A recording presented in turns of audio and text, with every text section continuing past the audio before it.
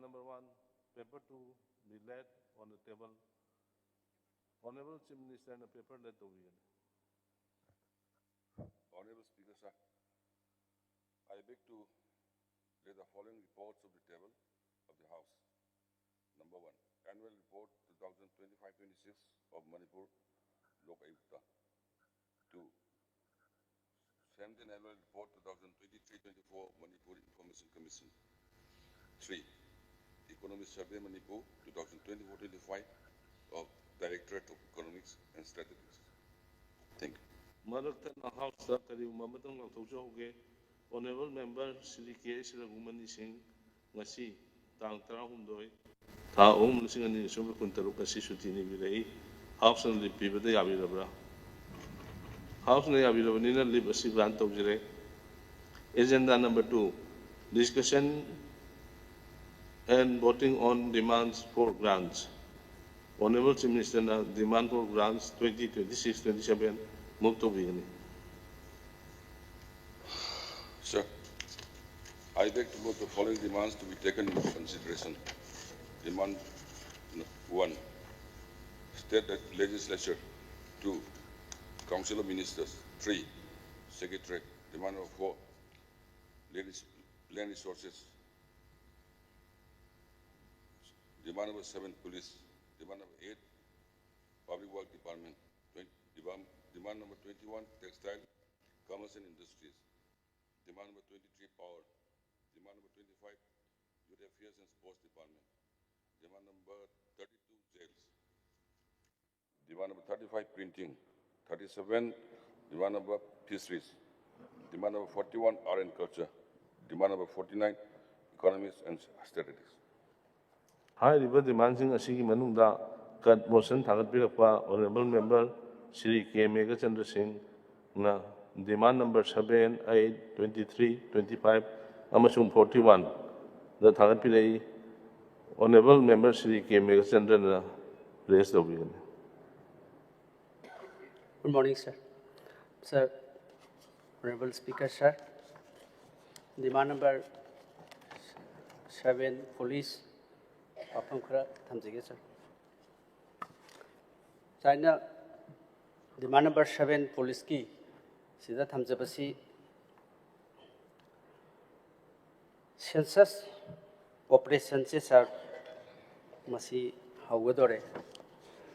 masigi haubasigi mari lainana aina thangachabasi conducting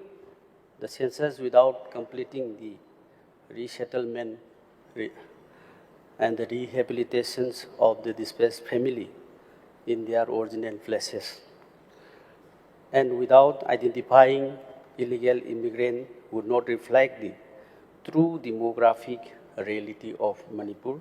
Therefore, the census operation should be deferred until proper resettlement and the verification process are assured to the people. Sir, masigi census ki si sir hana mamang da tawgadaba su yekthokhi adagi hojik laiba si Manipur gi unrest laiba adagi displaced people mayam singsi tongan ba magi original mafam da laitabanina masi tawba matamda Manipur gi khudong chadaba yamna laigani asengba census sama laiba ngamoi haibasi hoi Jetna Tazabale. Maramaduna Hosila River situation the sea, Mayam Perzamayamgi, Apamba Sule, Masi, deferred over Sia Pamba Sule, sir. Loinana, sir, Masigi census operation, Honorable Speaker, na, Masi House Sida, Hoi Kanaraga, Masi deferred Tonanaba, Maduki House Sida, Hoi, Warrior Blominaba, Masangi, Masi, opposition Kakina Tesar. Then I quite ruling kaki problems in a opposition is not I am generally Manipur River Huzik, Tangu Leta, the Basina Maramurkanda, Masi Tamjabanisa Masigi Ahan Bafiesta, sir April Gi, Degi Hauraga, April Gi Tangwan, Degi Hauraga, September 2026, Baxida Ahan Bafiesta, Paket Kaduribani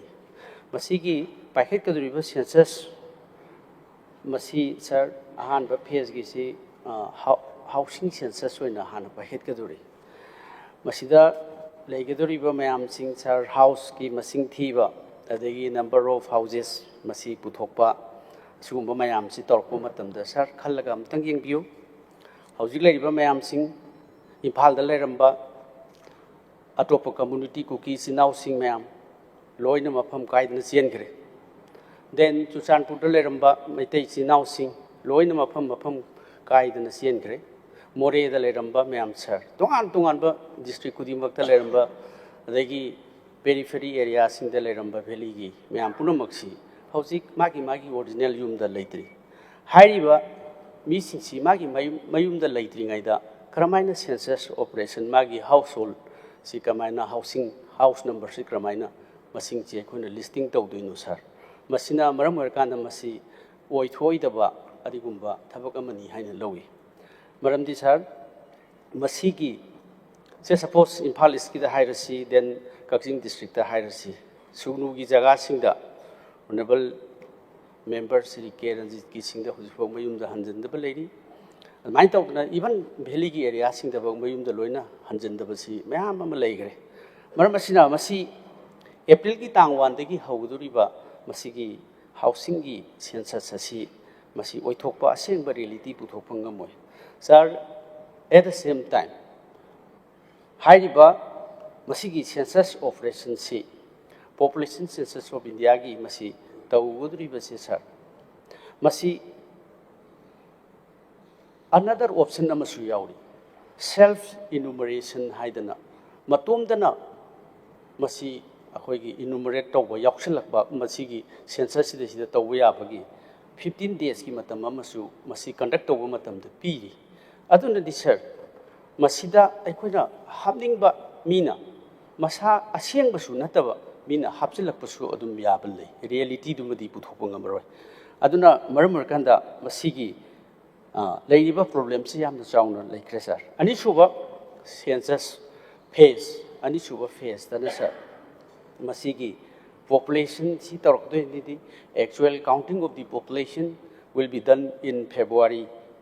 to March 2027 sina second phase wina census si mi masing thiba gi amu house masing thiraba matungda amu mi masing thiba gi amu haurakaduribini marmaduna sir masigi housing gi list tawba adagi mi masing thibasi masi 2027 gi masida sida loisana bu honarakpagi pandam lakpasida Manipur da legiba sidi pura tayona khre haujiksi free movement leitri sir magi mayumda leiba ngamdri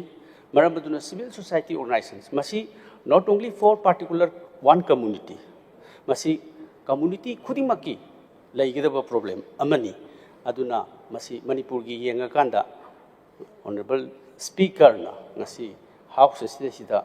niyom chumna tawnana bidamakta khana bagi matam amasu bibira su yamna phai aduga masi government na masi defer tawnana ba cabinet tagi through the tawbigera House sigi resolution am lorga tawbigera masi defer tawnana ba matam kara until and unless the restoration of normalcy je masi leitri bakti akhona masigi census operation che tawbidanaba ana thangkachari ani suba when the sir government has failed to open the roads for free movement of the people masi sudum mari loina leire unrest situation asida masigi free movement leitabasi mipum khudimaki ekhoi tamna di hanjalakani haibagi achet pathajaba leidi lei sir ekhoi punamaki cooperation masigi shanti hanjalaknaba sidadi ekhoisu masida politically ekhoine kasu wangangba amasu masida sida political gi khudong chabadu ekhoi lobagi pandam Congress party amasung ekhoi gi member mo oina su leite marabaduna sar masigi free movement lehendabasina Manipur praja se kham thengware maramasina masigi hanjanna bagi kari policy ji haujik paikhle haibasi house da phajana thambiu haiduna ina thamjari ani suba point una sir ahum suba point sir government of India particularly the Ministry of Home Affairs has failed to effectively check the movement of illegal immigrants, arms and ammunition, narco substances along the Manipur-Myanmar border, sir. Sir, Manipur ki border si masida hojik thoi ba mayam sing si thangnaba leibak ta Myanmar da junta gi rule leibanina masida thangnaba si anak pasida sida siri ba mayam sing si achau achau ba bombing tawraga mi si amna hat pa khot pa su lei masigi akoi gi thangnaba leibak sida masina maram warkanda Manipur rom da changjalak pa haiba sidi no doubt that sir illegal immigrant mayam ma changai forget it about the particularly the unrest situation in Manipur this Kuki and Meitei sir masidai sida Nagagi area da su adagi tongan ba jaga sing sida border area sida sida masi changai amasung adagi drug ki lalon ba kom na tawba then aikoi gi hanagi Manipur da lejari ba community nataba atopa mapan ki da leiba Myanmar da leiba community mayam sing changaktana aikoi gi Deputy Commissioner Urkhul adagi then DC Kamjong sida su akoi hana loi report tawraga leigre Myanmar dagi changakpa kholakpa maduna maramor kanda makhoi su Manipur da changakanda makhoi gi survival paisa earning means si mayam ama tawrako tabani sum akoi gi relief camp du da leibadi yadabani adugumba illegal activities mayam chathare haibase sir no doubt that madu chathai aduna masana su tabani sir aduna masidi Kamjong da leiri then Ukhul gi da leiri ato mafam sing da lei haibase government su report piri aduna di sir masi athu ba matam da government of India then Ministry of Home Affairs and the External Affairs Minister Lady Mayam, Adagi state government, Siga, Masita or Kanda, Asi Yam Tuna seriously check the work, Dargarley, have a sim day Tamsaningi, Sarmasigi Matanga state government gi Kara weak point habitation, Masigi coordination Tawdaba central government Amasung state government ga coordination Tawasi, Uba, you are the Wally. Aikoi sir tholai beirang sahi mari manga megi tang ahum tegi tholokpasi khaktan natana mamang tegi tholai ba unrest situation in Myanmar sida thoi basina maram oirkan da ngasi Manipur da changjalakpa khosalakpa outsiders Myanmar aikoi gi citizens mayam ama changakpasi state government amasigi initiative watpa adagi central government gi initiative watpa coordinations between the central government and the state government si masi watli haibasi aikhoina sum aikhoina observe tawda thingnei sir marmasina masi na maram workanda problem mayam ama problem after another mayam ama tholakpa mayam sing si aikhoina ui sir maramaduna masigi coordination si karigi wat kibano aduna maram kanda lastly masigi matangda athubata masigi seriously state government and central government na masigi border fencing loisana na ba illegal immigrants in khandok na ba masigi measures mayam sing si amna seriously lokhat piu hai basina ina tawjaningi honorable speaker sir the government of India and particularly the state particularly the Ministry of Home Affairs has failed to effectively check the movement of illegal immigrants, arms and narco substances along Manipur-Myanmar border. This failure has seriously affected the security and the stability of our state. Maramaduna masigisi yamna seriously khanbiraga masigisu detail thambiu house da sir. Mari subada sir government of India and the government of Manipur have miserably failed to bring back the internally displaced peoples to their original places to provide an adequate economic package for their livelihood, sir. Sir, ngarang budget su tentak na di ay koy naidi nainakre. Adubo sir, 700 crore khara akoy happy bagi tawbudu su yamna pay, sir. ꯑꯩꯈꯣꯏ ꯐꯠꯇꯦ ꯍꯥꯏꯕꯗꯤ ꯂꯩꯇꯦ ꯑꯗꯨꯒ sir ꯇꯁꯦꯡꯕꯃꯛꯇꯤ IDP ꯃꯌꯥꯝꯁꯤꯡꯁꯤ ꯃꯥꯒꯤ ꯃꯌꯨꯝꯗ ꯍꯣꯡꯖꯅꯕ ꯍꯥꯏꯕꯁꯤ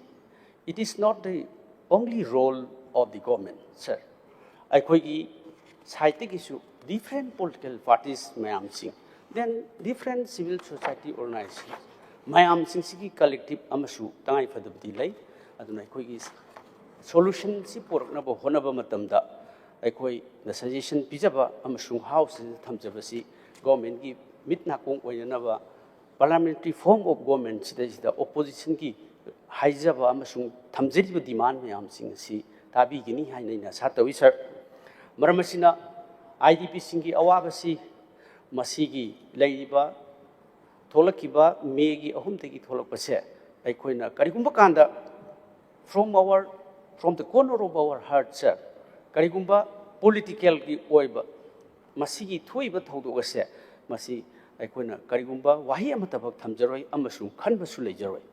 tawbadati sir masi loisinana ba honaba makoi ki awaba se masi this will be the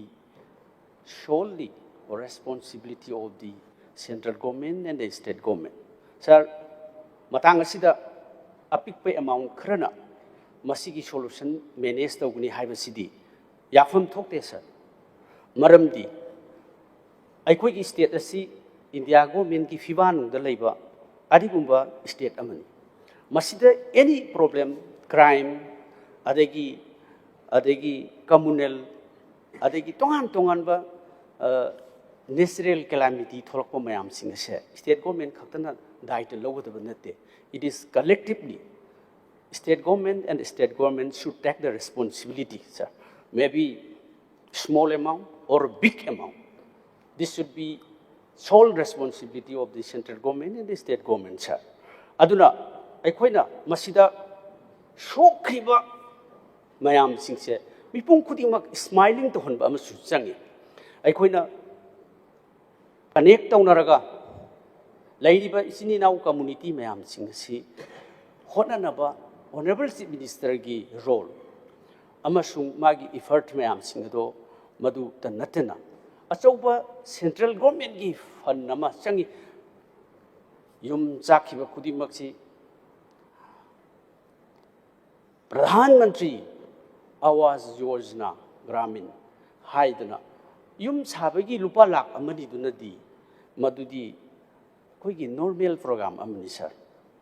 Maduki Yumado Saraga IDP sing the Pingani Hybidi Sungai Labour.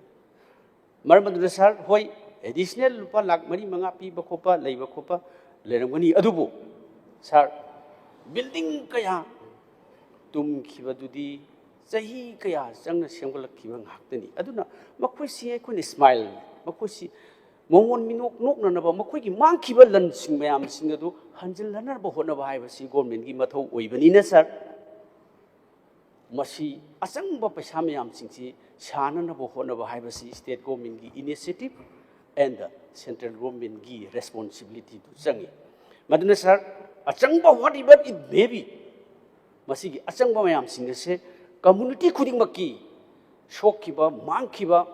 then tongan ba development activity taunana ba machineries mayam mangkiba thousands of crore of rupees. Masi manki mayam loina pigadabni. This should be the sole responsibility of the central government. Maramdi, we are citizens of India. Government of India should not silent on this matter. Aduna masi ekoi state government na masi initiate of Biraga. Ekoi pura maksu yaujage aduga central government da masi silent lebigenu package khara pibadu da di ekoi masigi matik sabu oiro habasi. And Kali Maramsina IDP Singi Sefazana, Makoigi Masigi Matik Java compensation, Piva. But at the same time, Yam, Honorable Chief Minister, no Hona Vidibo Mayam, Hona Honana, Madu Akoi Masigi, Chowa, IDP Singi, Masigi, Tangai for the Womayam Sing, Choki Womayam Sing, say, community Kudimakit, Lehen Bigini, Hibasigi, set to government at Tazabatami, Adonamasi, Taunaba, half the Tambuser. Mangasu, sir. Government has failed to recover large number of arms and ammunition that remain in the possession of the public, sir. Sir, Honorable Governor ki speech tasu 7,000 henna madu phagale kokale hai basu leire government gi hoi sir tawriba khara tumati ekhoi adum ekhoi thagat palei aduga madu tawbodu yamna fai aduna watlhoriba mayam sing se masi group khudimak masida leiriba mayam sing tongan tongan ba shoe maybe for this from Valley and Hills. Lady Mayam Singh Si, Fazana Niom Chumna, suspension of operation, the Lady Mayam Singh Sigi, Makoigi, Lavam Topa came the Lagadava, Makoina, unauthorized with arm by Mayam. Then public the Lady Arm Mayam Singh Si, Mapung Pana Lokot Navigida Makta, Sharkarna Masi, initiate of you, Lokot View, Han Lokot Kiva Krasu Lokot Kre, Masigi Kulai Singh Si, the me Singh Si, Kulai Si Pirkan, me Kirtab. Pasha Tana of Honorakba. Me and the Ohumeta Punjalakan, the Tabaka Toropache, a queen Gresa. Azuna, Masi, home concern, Sarkar Siki concern, Tauri Harkanda.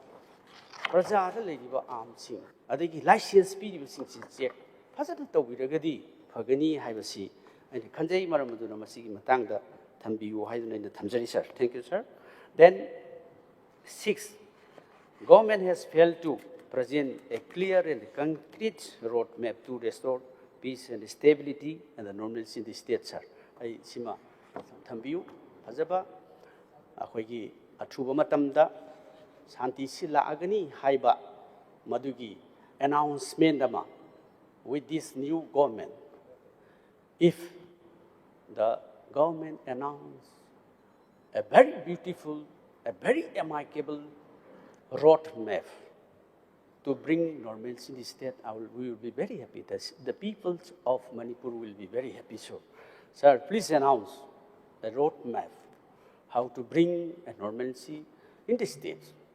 And this will be the sole responsibility of the government. Thank you, sir. Sigit Homgi. And point number 60 bakti thamjari, sir. Next, sir. Works.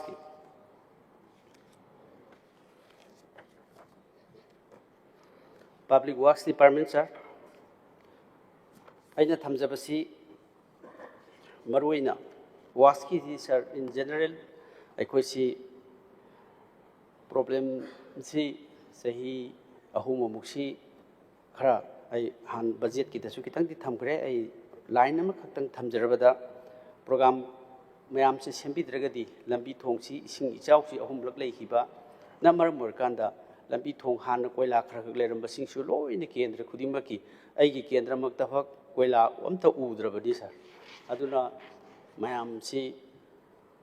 aigi kendram sung Manipur mayam gi leiba mayam singsi lambi thong sembasi achauba program happy raga natragadi aikhoisi suppose sarkar paibiriba singna opposition ki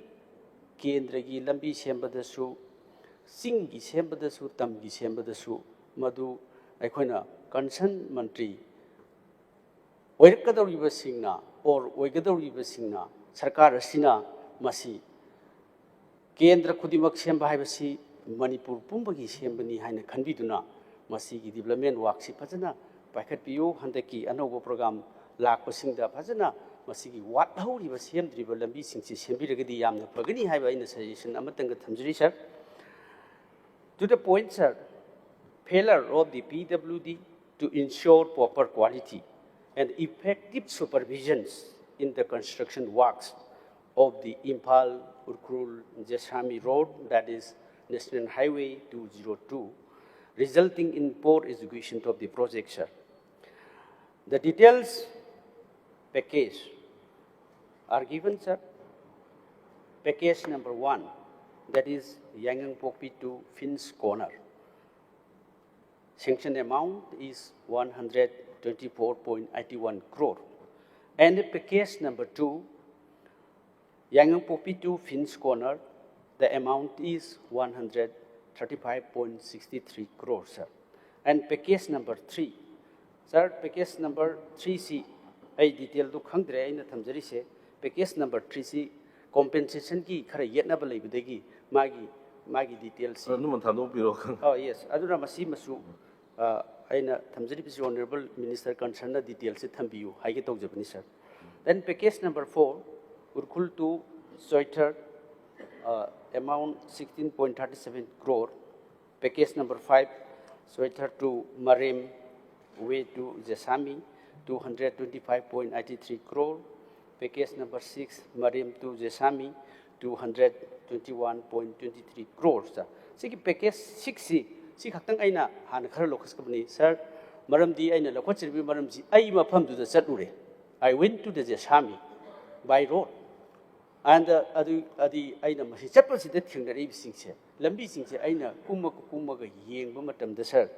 Masigi sings proper quality, like the quality Fazana maintained out there, sir. Then, problem is that, sir, Masigi, Sida, sir, DPR,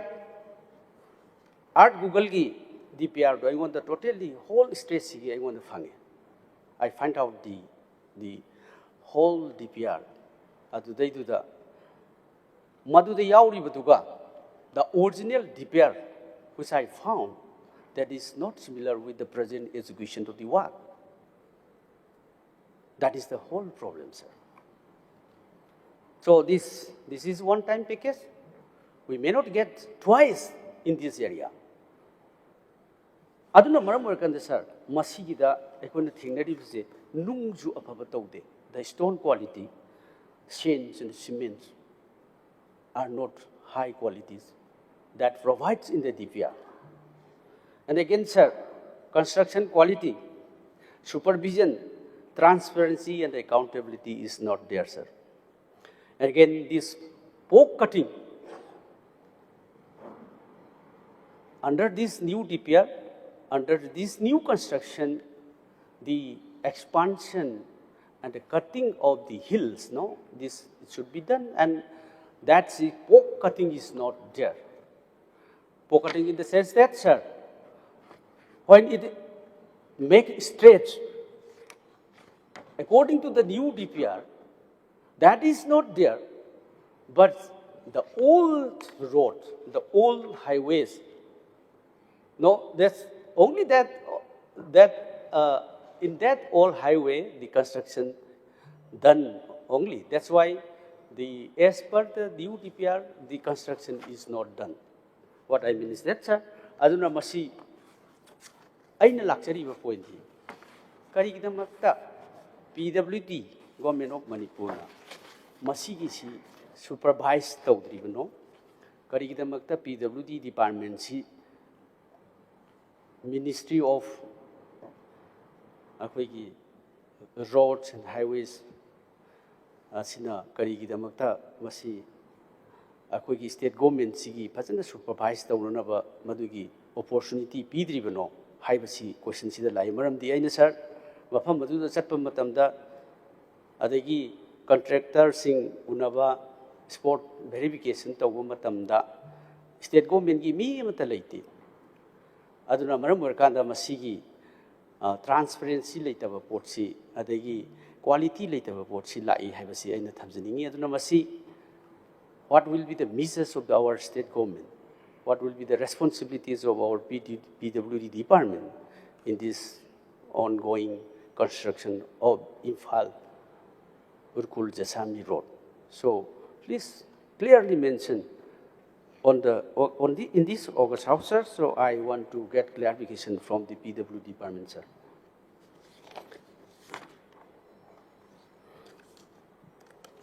Next, sir. Power.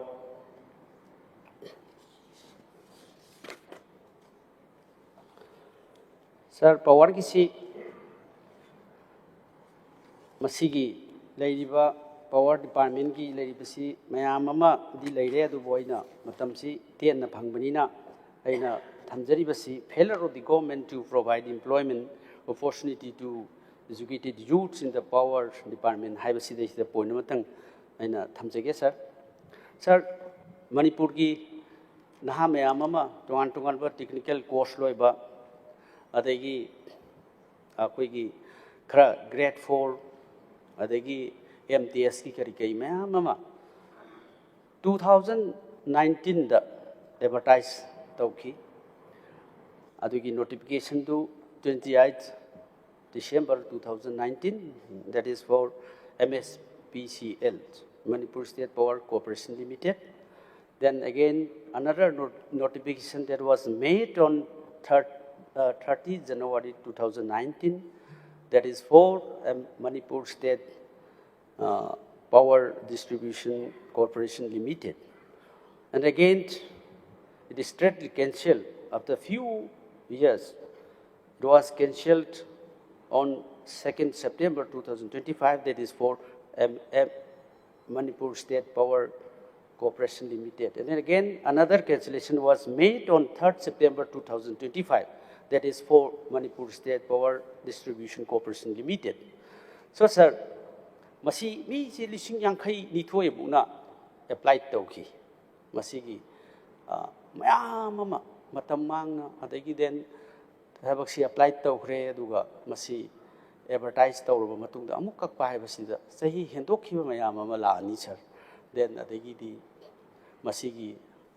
naha singi kangaunaba mayam ama lei sir. Masigi post vacant leidana kawhrabni na masi adu matam chana losin biriga hapirambadi kari kai aduna masigi clarification ama pamjai sir. Thank you, sir. Mathende sir,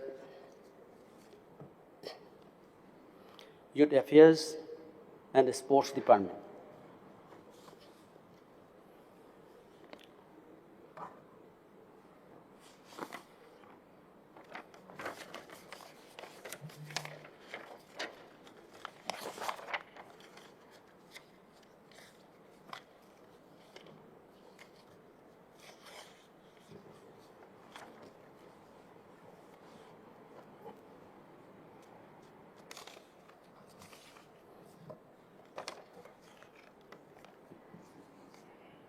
Noi birabra. Oh, ladies, CS Yamandana, Sai Matam Department, Yam, Laivasita, management Karawata, Mr. Nungasi Department, Traga, Marine, Yaduna, Yam Wak, sir. Thank you, sir. Sports Department, Youth Affairs and the Sports Department. My first cuts motion is that, sir, failure of the government to take off the one village, one playground initiated under the Youth Affairs and the Sports Department, sir. Sir, sahi kharagi mamangda khul amamamda khungrang amamamda sports ki playground amamam pigani haidana madugi koigi field selection tawba ground selection tawba kopa tawkhibele gre ai gisu di wangkhim kendra gisu mayam si kendra humphung makta tawuni haidana thagat ki basu lei adu sir masigi si kari makha lai khrabage aduna masi matam kuire madugi announcement tawkhiba adi masigi si tawraroidra masi tawgodabo lorgadi masi thuna tawrakanda tawhunbagi pandam du pami maramdi akhoi sports sigi matang si da aina masigi si yam important oina haina khali ani suba question move the sir. The department has failed to send the state under 17 boys football team to participate in the Subroto Cup 2025. This raises serious concerns regarding who will bear the expenses of organizing the state level Subroto Cup if no teams are deputed to represent the state, sir. Sir, masigi si Subroto masi yamna maruiba cup amani masi chanana bagi lupa around crore maya da sat khriyan tai madugi district level da khanna ba sanana ba practice tawna ba khona ba aduga last di madu state represent tawna ba tha ba singam khidi haina tai aduna masi kari maram leibari no adagi den karigumba hoi ai sum tab da sir sahi ꯍꯦꯟꯕ ꯈꯔ ꯌꯥꯎꯔꯝꯃꯦꯅ ꯍꯥꯏ ꯆꯍꯤ ꯍꯦꯟꯕꯗꯨ ꯌꯥꯎꯔꯒꯗꯤ ꯃꯗꯨ ꯆꯍꯤ ꯍꯦꯟꯕꯗꯨ ꯈꯟꯗꯣꯛꯑꯒꯁꯨ ꯆꯞ ꯆꯥꯕꯁꯤ ꯑꯗꯨꯝ ꯊꯥꯕꯤꯔꯝꯕ ꯀꯔꯤ ꯀꯥꯏꯕ ꯂꯩꯕꯒꯦ ꯃꯅꯤꯄꯨꯔꯁꯤ ꯁꯔ ꯑꯩꯅ ꯁ꯭ꯄꯣꯔꯠꯁꯀꯤ ꯃꯇꯥꯡꯁꯤꯗ ꯈꯤꯇꯪ ꯊꯝꯖꯅꯤꯡꯕꯗ ꯁꯔ ꯁꯤꯅ ꯂꯣꯏꯗꯣꯏꯅꯤ ꯁꯔ ꯑꯗꯨꯅ ꯑꯃꯈꯛꯇꯪꯒ ꯑꯗꯨꯒ ꯑꯩ ꯈꯤꯇꯪ ꯁꯤꯗꯩꯁꯤꯗ ꯃꯤꯅꯤꯠ ꯑꯃꯇꯪꯒ ꯂꯧꯖꯒꯦ ꯁꯔ ꯁꯤꯒꯨꯝꯕ ꯑꯩꯈꯣꯏꯒꯤ ꯁ꯭ꯄꯣꯔꯠꯁꯀꯤꯁꯤ ꯃꯅꯤꯄꯨꯔꯁꯤ ꯑꯩꯈꯣꯏ ꯃꯌꯥꯝ ꯄꯨꯝꯅꯃꯛꯅ ꯈꯪꯉꯤ ꯏꯟꯗꯤꯌꯥꯒꯤ ꯃꯐꯝ ꯈꯨꯗꯤꯡꯃꯛꯅ ꯈꯪꯉꯤ Manipur is A sports power house ꯍꯥꯏꯅ ꯑꯩꯈꯣꯏ ꯈꯪꯅꯔꯤꯕꯅꯤ ꯁꯔ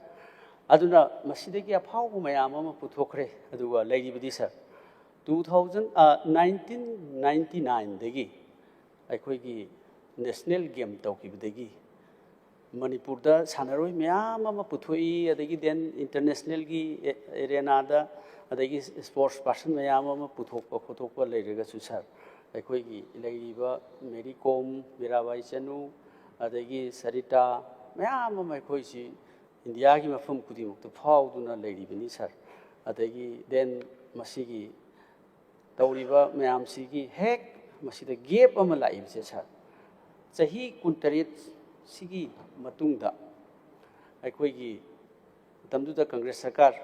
ꯑꯩꯈꯣꯏꯒꯤ ꯐꯣꯔꯃꯔ ꯆꯤꯐ ꯃꯤꯅꯤꯁꯇꯔ ꯑꯣꯏꯕꯣꯕꯤꯒꯤ ꯂꯤꯁꯤꯡ ꯃꯈꯥꯗ ꯗꯤꯁꯇ꯭ꯔꯤꯛ ꯏꯟꯐ꯭ꯔꯥꯁꯇ꯭ꯔꯛꯆꯔ ꯁ꯭ꯄꯣꯔꯠꯁ ꯀꯝꯄ꯭ꯂꯦꯛꯁ ꯃꯌꯥꯝ ꯑꯃ ꯁꯥꯔꯝꯃꯕ ꯃꯇꯨꯡꯗꯒꯤꯗꯤ ꯑꯩꯈꯣꯏꯒꯤ ꯂꯩꯔꯤꯕ ꯑꯦꯛꯖꯤꯁꯇꯤꯡ ꯑꯩꯈꯣꯏꯒꯤ ꯁ꯭ꯇꯦꯗꯤꯌꯝ ꯇꯣꯉꯥꯟ ꯇꯣꯉꯥꯟꯕ ꯁꯥꯟꯅꯅꯕꯒꯤ ꯍꯥꯟꯅ ꯂꯩꯔꯤꯕ ꯃꯌꯥꯝꯁꯤꯡ ꯑꯁꯤ ꯃꯁꯤ ꯃꯣꯗꯔꯅꯥꯏꯖ ꯇꯧꯗꯕ ꯏꯀ꯭ꯋꯤꯞꯃꯦꯟ ꯃꯌꯥꯝꯁꯤꯡꯁꯤ ꯁꯦꯝꯒꯠ ꯁꯥꯒꯠꯇꯕ ꯔꯤꯄꯤꯌꯥꯔꯤꯡ ꯇꯧꯗꯕ ꯃꯌꯥꯝ ꯑꯃ ꯁꯨꯝ ꯂꯥꯛꯄꯁꯤꯅ ꯑꯥꯎꯠꯗꯦꯇꯦꯠ ꯑꯣꯏꯔꯦ ꯁꯔ ꯑꯗꯨꯅ ꯃꯁꯤ ꯑꯩꯈꯣꯏꯒꯤ ꯁꯥꯟꯅꯔꯣꯏꯁꯤꯡ ꯃꯌꯥꯝꯁꯤꯡ ꯑꯁꯤ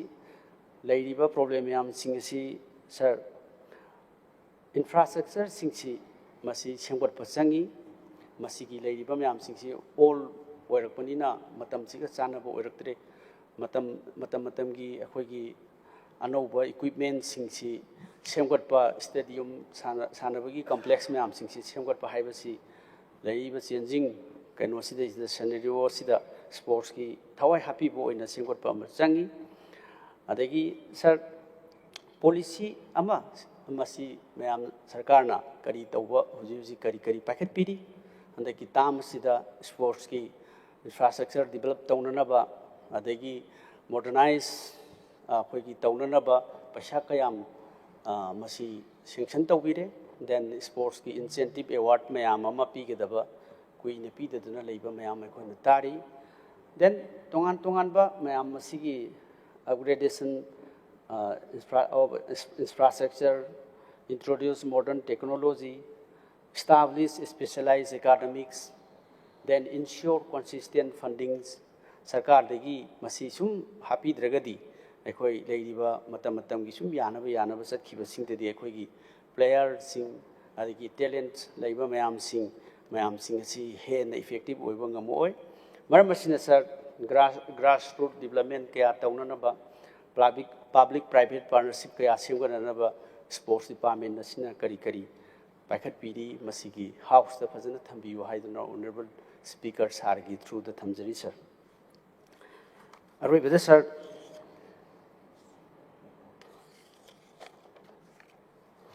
I am khangai sir chi asi yamba sida last cut motion sir art and culture sir honorable minister should know banina can talk right but I will go to the point sir the government has failed to extend proper incentives awards recognitions to the artists of Manipur who play a vital role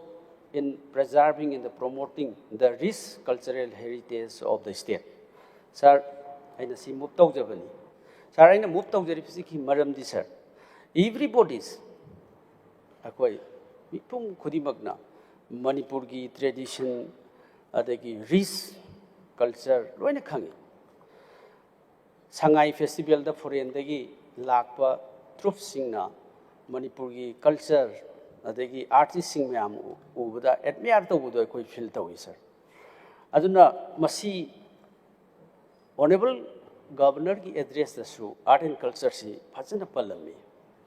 adubu sir masi budget sida happy basisu karor yang kai mukti ui. But sir, madugi staff singi salary maintenance at kargadi. Karamai tawdana masigi art and culture se promote over development tawna bagi wapam city kai de lady no sir. Adagi at the same time art and culture department je sir staff si yamu adle thabak yamna tawbo ngamdre.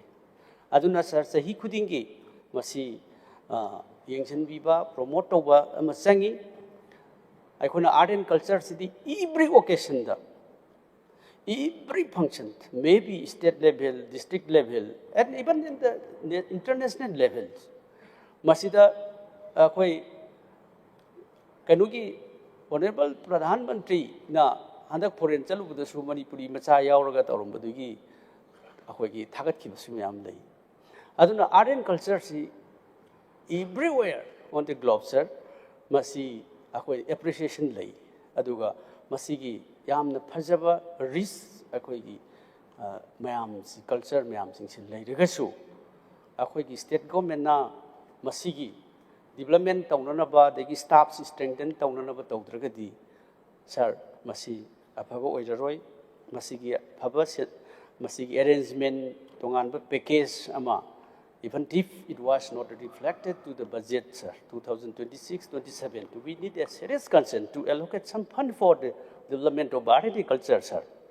aduna maram oirkanda sir masigi wali staff mayam singsu hengalhan biyo adagi masi yengchanbiraga aikoi gi yamna backbone toiba aikoi gi izzat aikoi gi image aikoi gi traditions mayam reflect tawriba art and culture si promote tawna ba sarkar gi policy hauji kari lei masi phajana thambiyu haina thamjari. Thank you sir. Honorable Minister concerned clarification thambigani ahanbada hongi oirmal. Thank you, Mr. Speaker, sir. Honorable CM, in charge of finance, Nambuk Togiram Lava, Police, Senpamna 3,183 crore, 97 lakhs, 49,000. Demand number 7, Police, Kisi sir, 31st March 2007 fawada department asina sading tawgodo gumba senfam ni sir. Police department, Manipuri Police Department say mayam nadum throughout the country yamna singkhana ba adugumba department amani adubu handaki lakhiba irang gi matungda akhoi police department sida mayam gi tongan ba yeng ama leiba hariba department asina lawriba thodang si sir yam pak chawna lawba the state sigi rule of the law of the country, law of the land, see in order, law and order, see in order thamnaba honabada achauba daita lawba adugumba department amani sir hoi chakholakpagi matungina department asida tawgadabudi yamna lei adubu akhoi cash trap oiba Bharat Sarkar modernization gi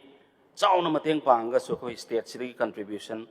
resource khara watpadagi contribution tawba ngamdana awatpa kayam lei adu origasu Bharat Sarkar gi mateng dagi akhoi modernization tawda akhoi science and technology gi upgrade tawda akhoi adum nithi jana khara chatpa ngamjari sir department asida yamna nga ibadi sir khoi so lising amaga samapan ga humudraga ni thoi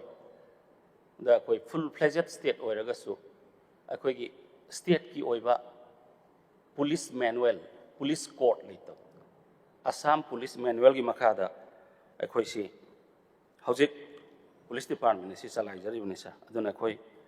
honorable chief minister lising makhada athu matamda akhoi Manipur police manual ama Manipur police code ama khoi semna naba khoi yamna kan hona jari sir अवाब थबक कया अमा तौरगसु यामना हेना सिंथाबदी ओइदबा अखोइगी politician गुमबनी sir police department सिसो अफब चामा तौरगसु फत्तबा असोय अमा लाकपदा अदुम criticise तौबा हाइजा तारे sir अदुना मसी यामना अखोइना department से अहांगना पाइजरगसु यामना हेक थागतपसु यादबा अदुगुम्बा department अमा ओइबा sir but अइना खंजबदा हजिक फावदा अखोइना होय target तौबा अखोइना एक्सपेक्ट तौबा अदुमक यौद्रगसु अदुम निथीजना अदुम चथरिबा अदुगुम्बा अखोइ डिपार्टमेंट अमनि आइदुना इ थमजगे मसिदा कट मोशन थागत पिरकबा ऑनरेबल मेंबर्स श्री के मेघचंद्रना कंस्ट्रक्टिव ओइबा क्रिटिसिज्म सजेशंस मसी फहनिंगबदगी अमुक हेना अदुगा असोइबा यावबसिंगु चुमथोकननबा अदुगा अमुक हेना डिपार्टमेंट असिदा लैरिबा पुनमकसिंगसिबु पुंग थौगतपिननबा थंबिरंबा वाफमसिंगनि हाइदुना इ थमजगे सर अहानबदा सेंसस की मतंग सर सेंसस सी 2001 की सेंसस असु अखोइ सुप्रीम कोर्ट यो अखोइ सी अदुगा हुजिक सेंसस से तौबा मतमदा मे की तांग 2023 दगी लाइबक थीबा थौदो अमा थोइबसिना मरम ओइरगा अखोइ state government honourable chief minister ग्लेचिंग मखादा अखोइ लेजरिबा पार्टी के लेवल दगिसु सरकार के लेवल दगिसु सेंसस असी लेरिबा prevailing law and order situation सिदा याम निथीजना कंडक्ट तौबा यारोय हाइबगे अखोइ यामना कन्ना नैनजरी अमसुंग मसी अखोइ पार्टी की लेवल दा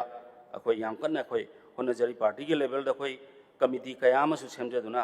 अखोइ याम कन्ना होनजरी हाइदुना मसिमदंग आई थमजगे मसा हाइबिबदु अखोइ ममांग थोख्रिबा सुप्रीम कोर्ट फाउ यौनरिबदुगुमना यौनद्रनबा अफबा सजेशन अमनि हाइदुना थमजनिगे सर मथंगदा इलीगल माइग्रेंट्स सर अखोइ खंदोकनबगे कमिटी सेम हौरबने खंदोकनबगे कमिटी सेम हौररे कमिटी सेम हौरबा मतुंगदा इरांग असि लाकपदगी अखोइ इलीगल माइग्रेंट्स आइडेंटिफाई तौरगा डिपोर्ट तौननबा अखोइ होनबदा मपुंग याम फागिबा ओइदे अदु भारत सरकार नदी अखोइदा फुल कोऑपरेशन अखोइदा पीबी बायोमेट्रिक जियोमेट्रिक फाव लौदुना अखोइ थबक हौहलमनबनि सर इलीगल माइग्रेंट्स सिंसी खंदोकपदा नतना संगक्तननबा अखोइ border sida security deploy निथीजना तवी अखोइ अदुगा strategic security measures कयामुस अखोइ लौरी होजि join mobile teams border area da permanent mobile check post kayama अखोइ सेमगत पाउरे अदुगा cordon and search operation kayama अखोइ हुजिक चथरी एरिया डोमिनेशन पेट्रोल सु खोइ तौरी फ्लैग मार्च वेनरेबल एरिया सिंग सिदा सु खोइ तौरी मसिदा आर्म्स मिसक्रिएंस इलीगल माइग्रेंट खकनतना आर्म्स मिसक्रिएंस इंसर्जेंट ग्रुप सिंग अदुगा अखोइगी ड्रग्स असिना सिंग बसिंग असि अखोइ कंट्रोल तौननबा अखोइ रोमदा संगक्तरनबा लाइबक थीबदि मिस्टर स्पीकर सर वर्ल्ड की ड्रग कार्टेल दा अखोइगे मणिपुर से यावबने ख्वाइदगी लाइबक थीबा मोइबा मसिना तुंगदा हौरकलिबा अखोइगे जेनरेशन सिंगसी मांगनी हाइबदु खल लेहरगा ऑनरेबल चीफ मिनिस्टर ना डिस्कशन तौबदा ड्रग ललोनबदी फारे ड्रग सु फारे बट ड्रग की किंग पिन से कनानो हाइबसिंग असि भाव पुथोक ngमदबसी पुथोक्तबा यारोय पुथोकनबा कन्न होनगदबनी हाइदुना यामना कन्ना ऑनरेबल सीएम सो होनबिरिबनी सर मथंगदा सर आईडीपी सिंगी मसा हेबीबदो याम सुमी सर सुबनगी सरकार खकदा inthokpidana akhoi punamak collective responsibility all stakeholders in se khoi logo mathau tai habisi sir when law and order si pharakpa matam akhoi punamak chungsinaraba matam akhoi punamak bhap taminaraba matungda shanti laaba matung khaktada idp singsi magi yumda tangdu laitana leibang amgadoribani adu nattaba taragadi akhoi sarkar khaktada inthokpiba khakana yaroi habasi yamna chumba adugumba wafamni hana thamjay khoina idp singi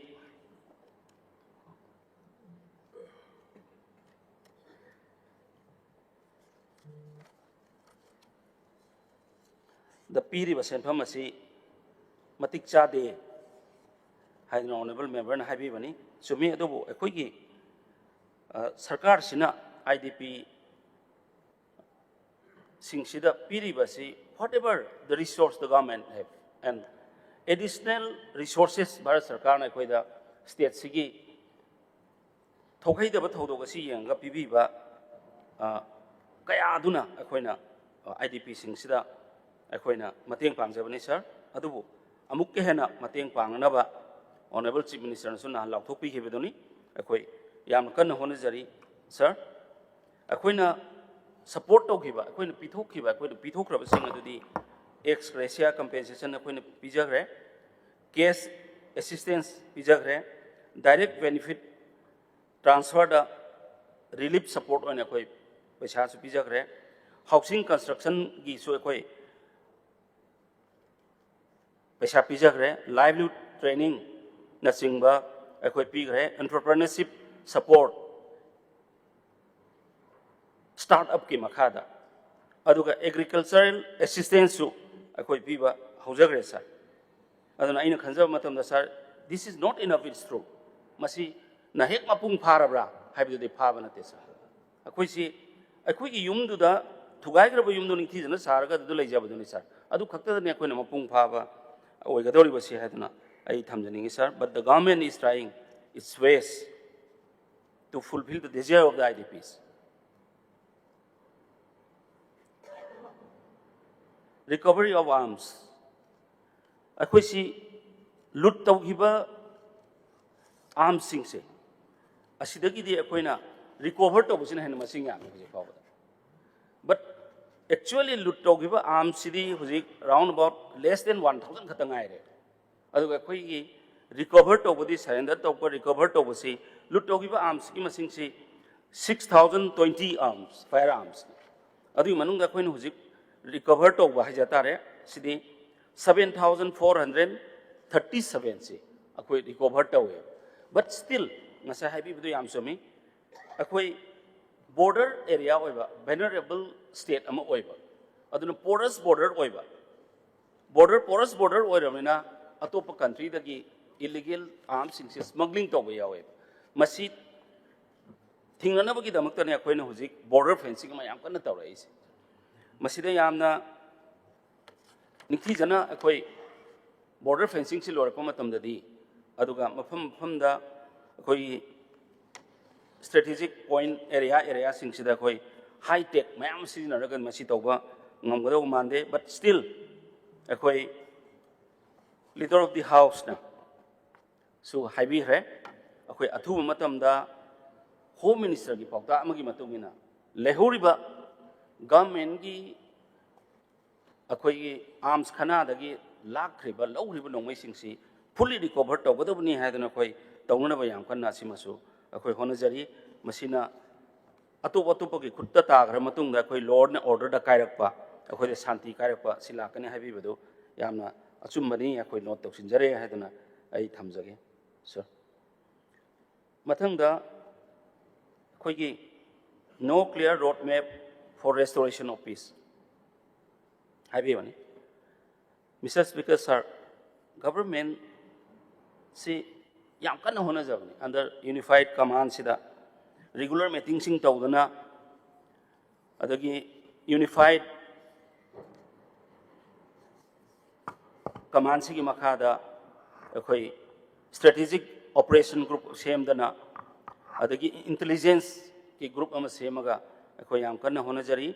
masina state ki lairiba police state की forces army central arm police force अखोई खुसमनरगा अखोई याम कन होनजरी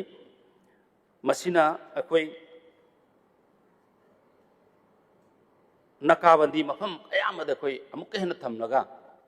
अखोई शांति से अमुक हंजिलकनबा अखोई याम कन होनजरी फ्रॉम टाइम टू टाइम निथिजना मॉनिटर तौर हैरगा अखोई सिक्योरिटी ऑपरेशन से याम कन अखोई हुजिक लेप्तना तौरी अखोई पेपर दम थेंगनाबिरंगमनी अखोई नहारोन खुलाई पाइबा फाबा खुलाई पाइरिबसिंग डिजाम हेक तौब मतमदा अखोई शांति हलकनी हाइबगी सरकार की यामना अचेत थाजब अमा लेजबदुई मतुंगिना अखोई ऑपरेशन मफम मफम खुदिंगमक्ता अखोई अयाम तौजरी एरिया डोमिनेशन की पेट्रोल सिंग तौरी असिना चिंगबा अदुगा एंटी एक्सटॉर्शन स्ट्रेटेजी अमा अदुगा एंटी एक्सटॉर्शन सेल अमसु अखोई पुलिस हेडक्वार्टर सिदा 2004 दगी एस्टैब्लिश तौरगा मखोई सिंगसी अखोई लोइना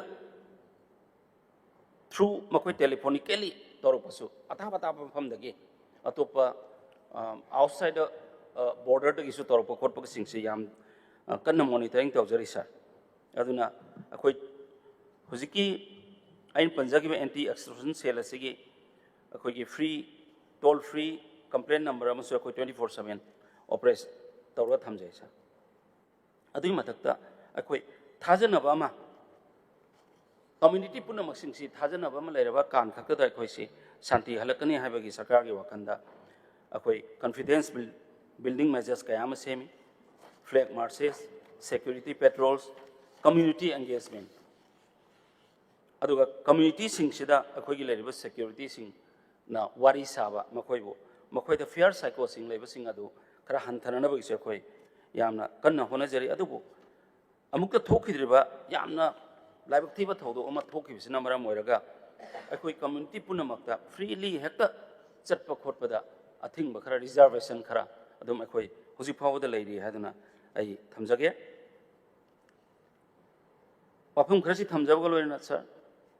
wafam khrasi thamjabagal loina sir honorable chief minister in charge of finance na mukto wiramba demand number 7 police ki senpham 3183 crore 97 lakhs 49000 asi I passed the winner of Sargi through the house. The Thamjari sir. Mathang the demand number 25. Youth Affairs and Sports. Senpham na 1,102 crore 14 lakhs 19,000. Asisu 31st March 2027. Power the spend to godoba adugumba sin ayamba masi salary aduga salary sing the bagi incentives ayamba sida khoi hapsari sir to ngasai thambira makat motion da thambiba honorable khoi gi MLA Sri K Meghachandra Singh da thambiba point sing se akhoi gi Manipur si sir powerhouse of sports aduna maram oira haraga Sri Narendra Modi ji na India gi ahanba National Sports University se akoi Manipur da pibi bani asisu on verge of completion this university and athu matam da koi sangana na ba yam kana hona jari sir Manipur si sanabana amasung culture na akoi gi lamdam asibu masakta ibani phaningba amuk hena phaningba अखोई की लेरिबा पार capita से अंगवतम दा अखोई ने पुथोकसे 19 Olympians अखोई पुथोकरे ngasi pav compare with other bigger states in young मतम दे अखोई न ख्वाइदगी नंबर 1 अदु बंगनी सर अखोई प्रधानमंत्री जी ने अखोई दा नेशनल स्पोर्ट्स यूनिवर्सिटी एम पीबी रिबस मसिदा अर्जुन अवार्डीज ध्यानचंद अवार्डीज नसिंग कयामा फंगबा अखोई दा लेग्रे aduna amukke hena phagana naba ngasi di sports si Mr. Speaker sir science sports di yaw da bayar sports si medicine yaw da bayar adigi sports si equipment sing si so ngasai bi yam sum bane akoi obsolete oiba akoi si leris punna maglagi basi 1999 da 5th National Games ki matam da lai ki badung ato oiba aduna obsolete oiraba haidiba equipment sing se modernization to na bagi damakta 2023 ki ahan na part ta akoina 23 crore gi Bharat Sarkar da koi equipment sing se replace to na ba so that akoi ki players sing se asi sing se ki magi haijabi punama utpa yana na ba internationally makoi si compete to matam da akoi Bharat ki mai porok na ba akoi lebak sigi amuk he na medal lo bangam na ba equipment sing se PBU haidina koi thajagi adubu irang lakhi bade koi madu pursue to da aduna ai hojik pursue to jagani sa asi amuk hanna keno to na ba akoi phangna na ba koi hona jagani and we need to modernize all the equipments and infrastructures but limited over resources in the akoi da hector loina at one time the ayamasi akoina modernize to ngam da ba ye khar khudong cha da ba khar laibana ni sa dubu department asi phaning badagi suggest to bi mani haiduna ai lojai sir ngasa haibi ba kat motion thambi ba one playground one village asi khoi hausa hausa ma identify to ba haujare hauraga 2023 gi sida khoi visit to ba haurakan irang silakhiba aduna we will continue this program. We will continue this program. Sasi ki makhada su central government ki akoi sports department ki makhada su state ki akoi ki lajaba plan da ki so khoi hapaga akoi continue to na ba khoi tawjaga ne na itamjage subrato cup ki ngasa hebi badu yam chumman akoi si subrato cup ki si thana na ba trial am sang school sing sida trial am akoi na tawba matam sida school ki laiba school sing si matang competition tawra dom lakpaduna sahi gi ne ko competition tawra lai poho bu sida ki khara afabas amuk players am khallaga school am da mu yauksen adu ngasai certificate am sang yes sida school du ki headmaster na natraga principal du na certificate am piba adu certificate he hojik lai pangpi de piba piba du na adadi yaurkan da yadre ba do koi da lai si akoi ki ada yoboda yadabasi maramani ne only not only under 17 but under 15 also akoi reject tawre ba thar ga so 17 so tha ki de aduga under 15 so thar ga so reject tawre kari gi reject tawri no hai kanda akoi ki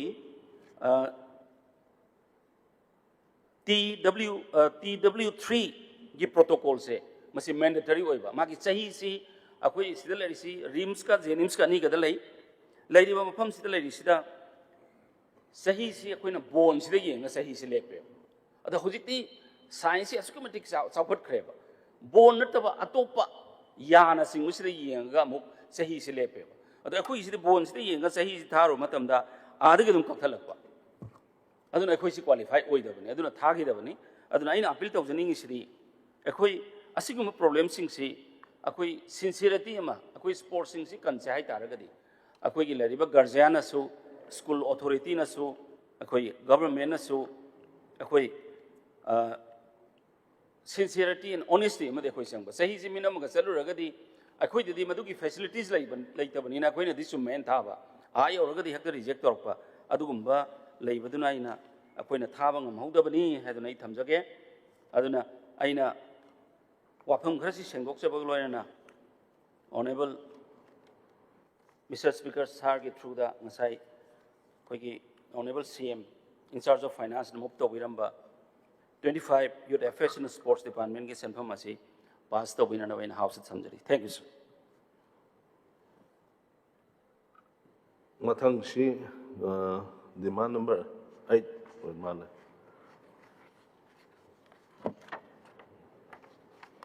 Mari topic. Honorable Speaker, sir.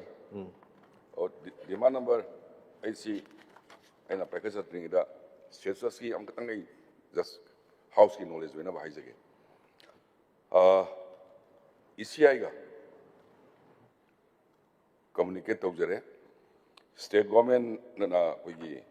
special intensive revision. Tauraga house listing how list out of lower Matunda census of Budobani. Matam kara dum warka do malin thamjage honorable member na ꯑꯩꯈꯣꯏ ꯂꯝꯕꯤ ꯍꯥꯏꯕ ꯇꯥꯏ ꯁꯤ ꯌꯥꯝ concern ꯑꯣꯏꯕꯤꯔꯤꯁꯤ ꯌꯥꯝ ꯆꯨꯝꯃꯦ ꯑꯩꯈꯣꯏꯒꯤ ꯎꯈ꯭ꯔꯨꯜ ꯂꯝꯕꯤꯁꯤ ꯑꯣꯅꯔꯦꯕꯜꯁꯨ ꯆꯠꯄꯤ ꯑꯩꯈꯣꯏꯁꯨ ꯆꯠꯂꯤ ꯑꯗꯨꯛꯀꯤ ꯃꯇꯤꯛ ꯅꯨꯡꯉꯥꯏꯇꯦ ꯍꯥꯏꯖ ꯇꯥꯔꯦ ꯑꯗ ꯏꯝꯐꯥꯜ ꯎꯈ꯭ꯔꯨꯜ ꯖꯁꯥꯃꯤ ꯔꯣꯗ NHIDCLꯅ ꯒꯤ ꯄ꯭ꯔꯣꯖꯦꯛꯁꯤ ꯌꯥꯏꯉꯪꯄꯣꯛꯄꯤ ꯐ꯭ꯔꯦꯟꯁ ꯀꯣꯔꯅꯔ ꯀꯤꯂꯣꯃꯤꯇꯔ ꯑꯩꯈꯣꯏꯒꯤ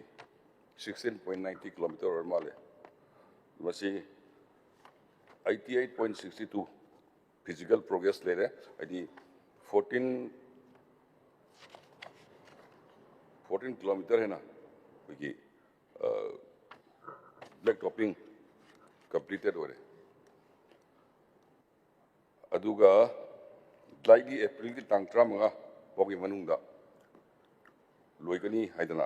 ꯑꯩꯉꯣꯟꯗ ꯔꯤꯄꯣꯔꯠ ꯂꯩꯖꯩ ꯂꯣꯏꯅꯅ ꯑꯩꯈꯣꯏꯒꯤ ꯐꯦꯟꯁ ꯀꯣꯔꯅꯔ ꯀꯤꯂꯣꯃꯤꯇꯔ 32 ꯍꯧꯖꯤꯛ ꯍꯥꯏꯈꯤꯕꯗꯨ ꯑꯣꯏꯔ ꯃꯥꯜꯂꯦ ꯅꯦꯛꯁꯇ ꯍꯧꯖꯤꯛꯀꯤ ꯑꯃꯁꯤꯅ ꯌꯥꯏꯉꯪꯄꯣꯛꯄꯤ ꯇꯨ ꯐꯦꯟꯁ ꯀꯣꯔꯅꯔꯁꯤꯅ ꯌꯥꯏꯉꯪꯄꯣꯛꯄꯤ fence corner 16.90 then 2C package 2C 94.86 physical progress ꯂꯩꯖꯔꯦ ꯑꯗꯨꯒ March 31 ꯐꯥꯎꯒꯤ ꯃꯅꯨꯡꯗ ꯂꯣꯏꯒꯅꯤ ꯍꯥꯏꯕꯒꯤ ꯔꯤꯄꯣꯔꯠ ꯑꯩꯉꯣꯟꯗ ꯄꯤꯕꯤꯔꯛꯏ ꯑꯗꯨꯒ ꯄꯦꯀꯦꯖ ꯅꯝꯕꯔ 3 ꯁꯤ very unfortunate ꯑꯩꯈꯣꯏ ꯂꯦꯟꯒꯤ ꯏꯁꯨ ꯈꯔ ꯂꯩꯕꯅ ꯈꯔ ꯊꯦꯡꯕꯅꯤ ꯑꯩ frequently ꯑꯅꯤꯔꯛ ꯁꯨꯔꯦ ꯑꯩ ꯃꯤꯇꯤꯡ ꯇꯧꯖꯕ ꯁꯤ ꯑꯗꯨꯝ solve ꯇꯧꯅꯕ ꯑꯗꯨꯝ ꯍꯣꯠꯅꯃꯤꯟꯅꯁꯤꯅ ꯑꯩ ꯊꯝꯖꯒꯦ package number 4 Ukrul Soithar si kanugi chiga hana lorumba MS Vertex si terminate tawgre aduga tender float ugzagre 31st March 2027 bogi manungda new estimate ama complete tawjaragani lagi package number 5 Soithar Marim Kulen Haiba Sisu. It is also very unfortunate Sisu land dispute leaving a meeting and active dojare solution of Langabona Badaruga package number 4 MS SBS Haiba company Emana Suvani. My see Adukimatic slow progress which about the 21.4% physical canolaiba and must see we department already we notice issue tawre the magi kanu jithabuksi sumana sum tap tar leitar gadi as party rules of the kanugi works do yengchalani dumai thamjarage ani subada wanda birakosi power department we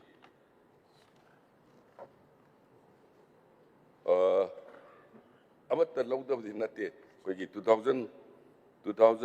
kaya dano 2014 da 1602 employee lawrami adoga ongoing recruitment da koigi 23 new manager and assistant engineer lawgi process ujari koigi Manipur Public Service Commission gi makada duga hojik haibi giba 2019 ki recruitment drive 907 posts to koigi wai laibuk thibani hai tare 2000 January 2019 that group C and D post C koigi kauraga 2020 da written examination pangthok pabok lorame hai jabatai then unavoidable circumstances hai jabatai koigi process si tawring ida COVID-19 pandemic 2020 da lakhiba 22 bau lagiba dagi administrative order amana 2021 da kogi kanugi result to declaration tawgi hold over lakhiba hai jabatai aduga amuka amuk segi 2020 to 23 se managing director ki position gi case lena gi bagi kogi kareni yamna nithil thabak to ngam gi da hai jabatai then we amuk nungagi thoi da thabak hai jabatai conflict 2023 dagi amuk hogibo kariga dubai da sum lakpaduna kogi sing sau thoki bududa koi document khara koi sot pa khot pa dugi result tu sagi phajana tok dia haidna 2025 ta koi masi review ma tawrakanda kakpani du hujik ti high court koi kanu kharna candidate ogi ba kharna high court challenge torakudagi ki court la ibni na madu matang dari high zero subdivision ibni na matang da koi honorable member na hangbirakwa no yaski ani sidor malin honorable member ani sidara okay oh wapam kharsi thamjaraga honorable member na thamhiri bakat motion si I withdraw to be one request ujari The demand number 41, Rahman.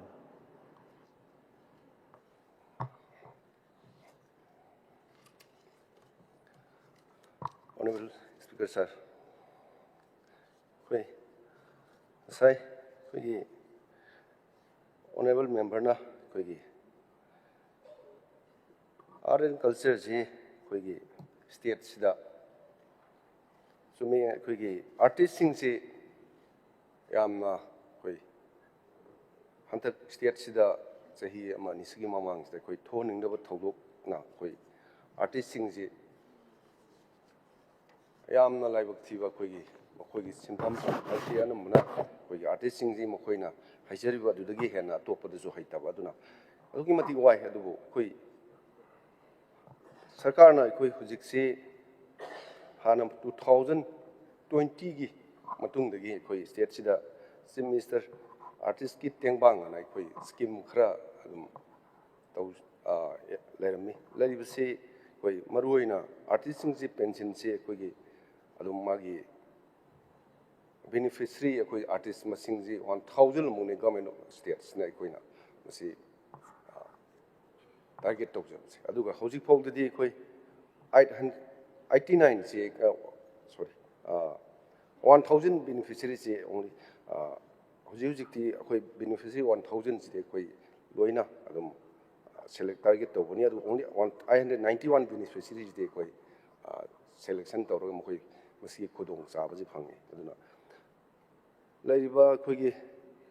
semester artist ki tengbang je khoi scheme kaya ama mo khoi tongan ba khoi pi ba se khoi international national festival participate tawba su khoi maru aduga magi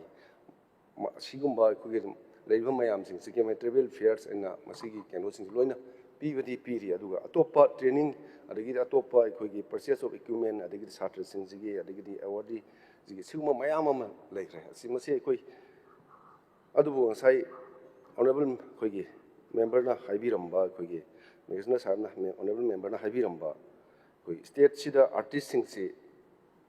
aduki mati wai adu khoi art and culture si khoi department si sai chumi sai art and culture department si staff masing yang wale chumi sai post vacancy su aduki mati laire aduga si khoi si honorable chief minister so hitanaraga masi award pa se khoi me khanam hona jagi aduga laiba khoi gi award pa mayam di lai di ui adu walab su madu khoi laiba khoi sarkar sina tam sang na khoi state sida thoni no tholok nai khoi masugum bagi development sida khoi chi thawro ga so khoi athu ba matam da khoi honorable cm ga tanaraga sai all hold ba mayam sing se khoi me khanam hona jagi aduga maruina khoi gi lamdam sida khoi gi artist sing se aduki mati nuai tre ayam ka su hanna haijin ngasi gi laiba khoi gi state sida laiba artist sing si pungning jo handa bigno sengna sarkar si hauji khoi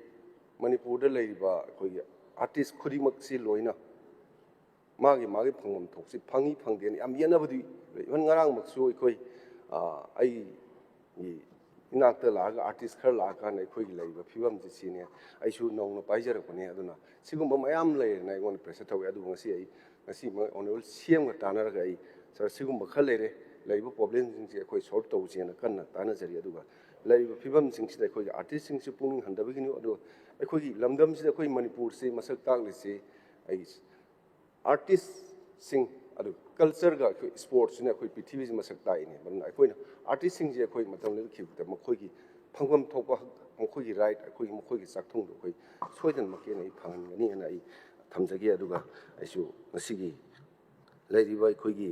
ꯍꯧꯖꯤꯛ ꯍꯧꯖꯤꯛ ꯂꯩꯔꯤꯕ ꯑꯩꯈꯣꯏ ꯁ꯭ꯇꯦꯠꯁꯤꯒꯤ ꯐꯤꯕꯝꯁꯤꯗ ꯑꯩꯈꯣꯏꯅ ꯑꯥꯔꯇꯤꯁꯁꯤꯡꯁꯤꯒꯤ ꯍꯣꯠꯅꯕ ꯌꯥꯕ ꯑꯗꯨꯝ ꯍꯣꯠꯅꯖꯒꯅꯤ ꯑꯗꯨꯒ ꯃꯃꯥꯡꯗ ꯀꯌꯥ ꯑꯃꯁꯨ ꯑꯩꯈꯣꯏ ꯍꯣꯠꯅꯗꯅꯁꯨ ꯂꯥꯛꯂꯤ ꯑꯗꯨꯒ ꯒꯚꯔꯟꯃꯦꯟꯠꯅꯁꯨ ꯑꯩꯈꯣꯏ ꯁ꯭ꯀꯤꯝ ꯀꯌꯥ ꯑꯃꯁꯨ ꯄꯤꯔꯤ ꯑꯗꯨꯅ ꯍꯧꯖꯤꯛ ꯃꯃꯥꯡꯗ ꯑꯩꯈꯣꯏ ꯉꯁꯥꯏ ꯑꯣꯅꯔꯦꯕꯜ ꯃꯦꯝꯕꯔꯅ ꯄꯟꯕꯤꯔꯝꯕ ꯑꯩꯈꯣꯏꯒꯤ ꯁꯉꯥꯏ ꯐꯦꯁꯇꯤꯚꯦꯜꯁꯤ ꯆꯍꯤ ꯑꯅꯤꯃꯨꯛꯁꯤ ꯑꯩꯈꯣꯏ ꯁ꯭ꯇꯦꯠꯁꯤꯗ ꯊꯣꯛꯍꯟꯅꯤꯡꯗꯕ ꯊꯧꯗꯣꯛꯅ ꯃꯔꯝ ꯑꯣꯏꯔꯀꯥꯟꯗ ꯑꯩꯈꯣꯏ ꯑꯩ ꯏꯁꯥꯃꯛꯁꯤ ꯉꯔꯥꯡ ꯆꯠꯂꯒ ꯌꯦꯡꯖꯕꯅꯤ ꯑꯩꯈꯣꯏ ꯁꯉꯥꯏ ꯏꯁꯇ꯭ꯔꯤꯡ ꯄꯥर्कꯁꯦ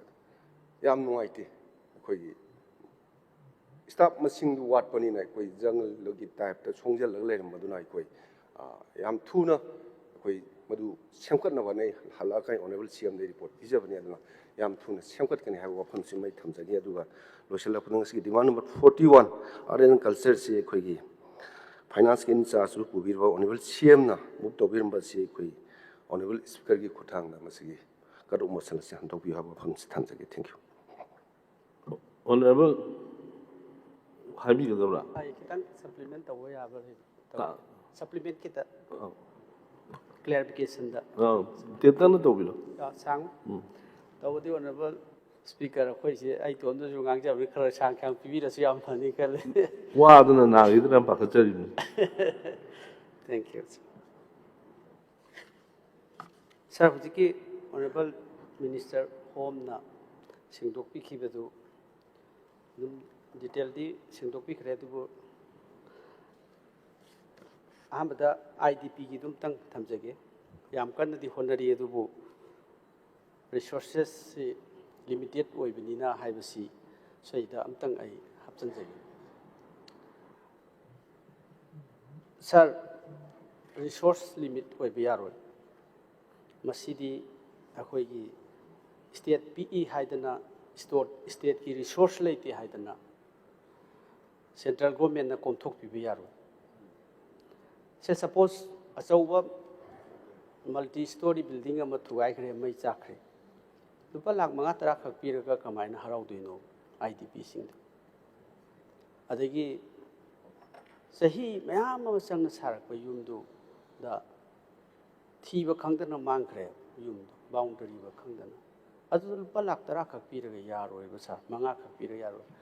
ꯏꯟꯗꯤꯔꯥ ꯑꯋꯥꯁ ꯄ꯭ꯔꯙꯥꯟ ꯃꯟꯇ꯭ꯔꯤ ꯑꯋꯥꯁ ꯌꯣꯖꯅꯥꯒꯤ ꯒ꯭ꯔꯥꯃꯤꯟꯒꯤ ꯍꯥꯎꯁꯤꯡꯒꯤ ꯁ꯭ꯀꯤꯝꯗꯨꯗ ꯔꯤꯐ꯭ꯂꯦꯛ ꯇꯧꯕꯗꯨ ꯌꯥꯔꯣꯏꯕ ꯁꯥꯔ ꯑꯗꯨꯅ ꯃꯁꯤ ꯐꯖꯅ ꯁ꯭ꯇꯦꯠ ꯒꯣꯔꯃꯦꯟꯠꯅ ꯑꯆꯧꯕ ꯔꯦꯁꯄꯣꯟꯁꯤꯕꯤꯂꯤꯇꯤ ꯂꯧꯕꯤꯔꯒ ꯆꯪꯉꯤꯕ ꯃꯌꯥꯝꯁꯤꯡꯁꯦ ꯄ꯭ꯔꯣꯄꯔ ꯀꯝꯄꯦꯟꯁꯟ ꯄꯤꯕꯁꯤ ꯃꯁꯤ ꯔꯤꯁꯣꯔꯁ ꯂꯤꯃꯤꯇꯦꯁꯟꯗ ꯌꯥꯔꯣꯏꯕ ꯑꯗꯣ ꯑꯆꯧꯕ ꯔꯦꯁꯄꯣꯟꯁꯤꯕꯤꯂꯤꯇꯤꯁꯤ ꯂꯧꯗꯕꯅꯤ ꯃꯁꯤ ꯂꯧꯕꯤꯌꯨ ꯁꯥꯔ ꯁꯦꯟꯇ꯭ꯔꯦꯜ ꯒꯣꯔꯃꯦꯟꯠꯅ ꯐꯖꯅ ꯇꯛꯅꯕꯤꯌꯨ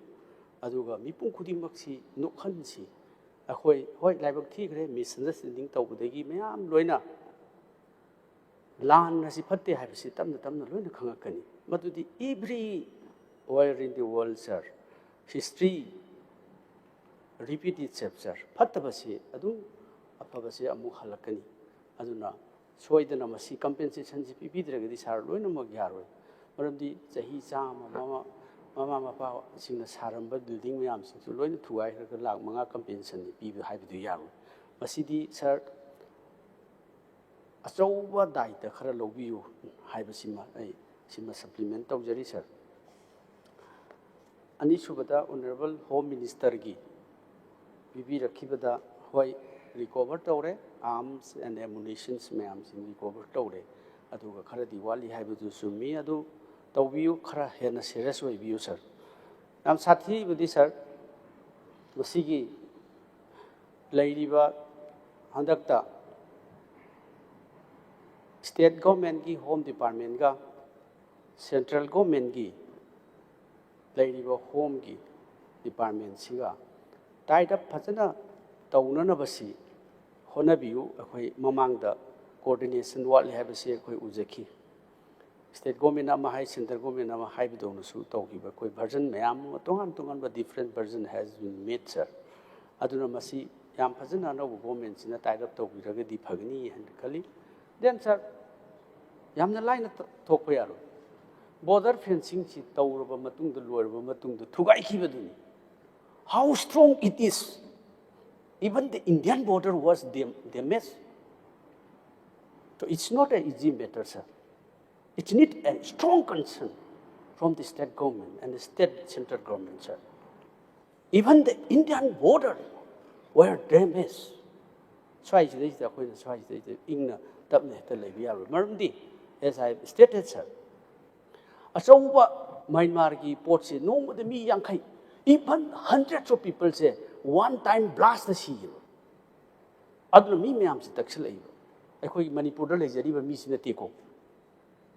Aduna masigi problem si even the border fencing si demolish tawgi se. Please remind it, sir. Aduna masi asawa serious adigi protection si darkar le concern si darkar le hai basi thamjaningi, sir. Again, sir, Honorable Leader of the House, Honorable Chief Minister na census ki matang da Honorable Home na su madu thambiki badu ay dugi kitang ay supplement of the Honorable Home Minister na masigi matang sida hoi khanabalai haibam hai. Adagi Honorable Leader of the House na yes madu SIR Special Intensive Division. Sir, Madudi Election Commission ki procedure ni adegi Madudi is a different thing, sir. SIR Special Intensive Division is the Election Commission na tawjabani. Aduna adegi census operations na tongan department tawnabani, sir. Aduna Home Minister concerned and the Honorable Chief Minister concerned. Aduna masi announcement ama August House asida tawbiba pai. Maramdi asagi SIR na tawi habdo how far it will be effective. I do not know. I cannot understand because we are not sure. Masi SIR habis just electoral process to the way yes. Yes, electoral process to the madugi magi biometric then Aadhaar me am check to ko padu akoi yai but aduga census ki si tongan ba time bound ni sir. Even masana online da enumerator program si paikhat chaba yaji piriba census operation gi magi guidelines da madu akhoi gi electoral role gi natragana election commission gi piriba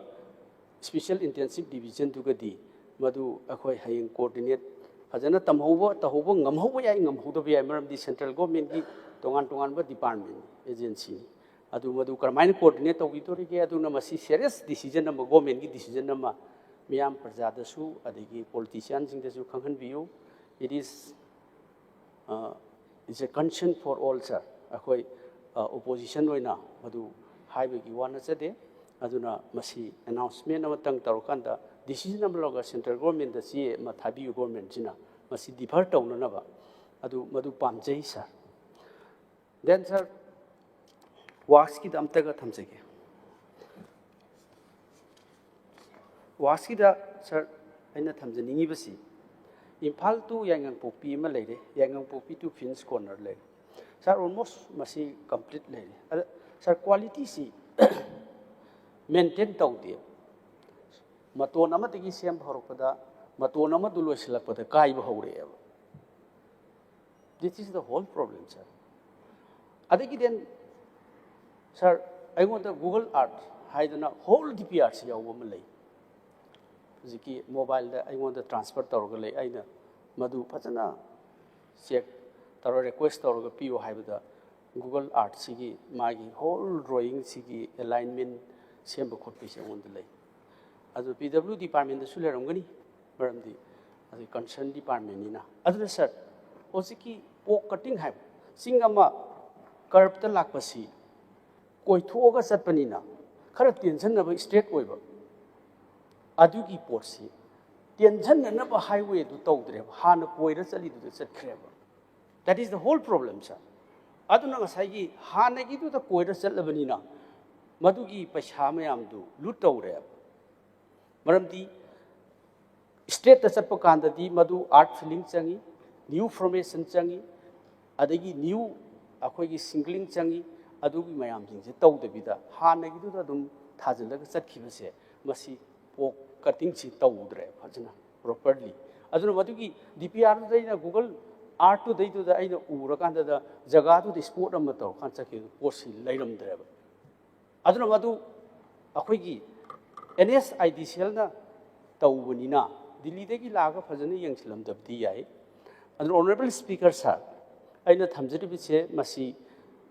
mayam gini aduga hariba package mayam singsi achawa thousands ki package ni I just pick up only one Imphal to Jesami masi senapati chatkiba Tengnopal chatkiba then Tamenglong gi mayam am leiriba si aikoina PWD ki concern na masi yengsan bi ma changi haijabani sir aduna masi gi chi aikoina masi ama department na masi gi special investigation na to biyoba whether masigi as per DPR thabak suribra sudabra haibasini sir aina thamjani gi masi aigi lanai gi khaktan natte sir mayam gi damakta hariba so thousands package si singi area da paikhalaga masi PWD ne yengja lawdaba taba haibasi masi akhoi punom ki asubini aduna masi paikhat naba mijarama masigi check tawnaba mijarama paikhat piu sini de sir thank you sir aroi bada sir hojiki yare almost sir sports ki kai su kanu to bi khare art and culture gi su aduna animak sports adagi art and culture gi su aroi bada thamjani bese vacant leiba mayam jingsi sarkar gi maramdi masi akhoi center da su BJP lai state da su BJP lai bidina watli ba vacant mayam jingsi thabak se sat kaurga sat haidok pi ba masi giving jobs to the people masi giving jobs to the unemployed youth masi tawbu matamda phaba oigani aduna hangiba mayam singse function su tawnanaba naha sing su thawak pinaba naha sing sigi unrest koklunaba tawbiyu haiba simtaga thamjari sir thank you Honorable Speaker sir, honorable member na sagi supplementary kha thamjari si ai samai thamjagi census ki do hoyi state government the communication tawre haijabani runa kogi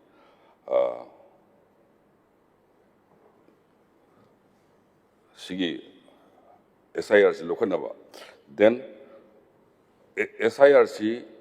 lokhalaba matungda housing yum listed tawrkanda kogi Register General of India na census si tawani haibani samna normal proceedings of the union government to the Lali Sumena discuss the editorial Natian Kanzayadubu. Honorable memory concerned to IDP Kangu Kasim Yum the Pasana Lakan Tausi Ibapotu Madu I knowledge some Zinjare. Then Sorokisi honorable memory do I am twain su department meeting Kausari, although I say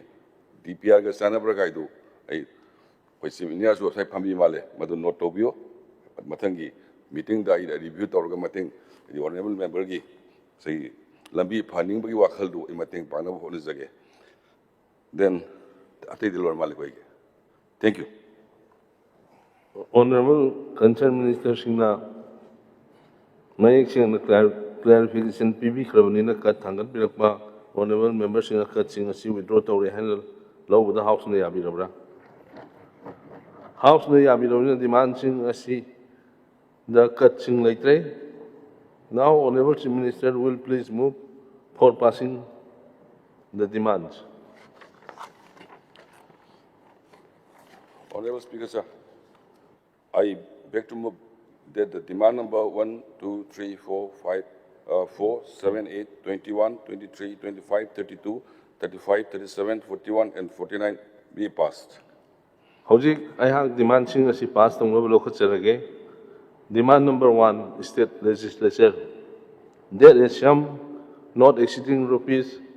349 crore 10 lakhs 69,000 only be granted to defray the charges which will come in the course of payment during the financial year ending 31st March 2027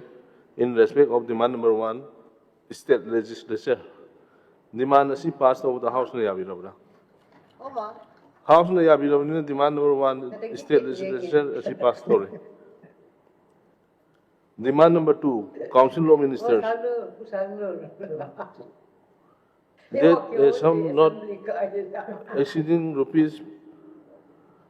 14 crores 16 lakhs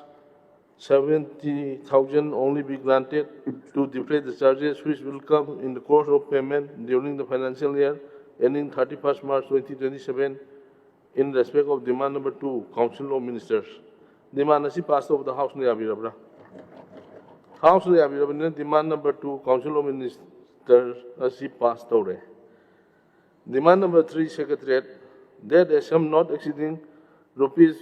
149 crore 20 payment during the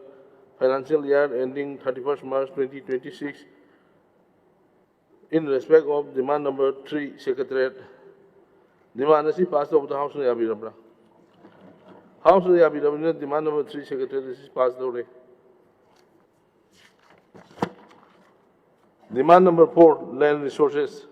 that a sum not exceeding rupees 137 crore 54 lakhs 51,000 only be granted to defray the charges which will come in the course of payment during the financial year ending 31st March 2027 in respect of demand number 4, land resources. Demand is passed over the House Niyabirabra. House Niyabirabra demand number 4, land resources is passed away.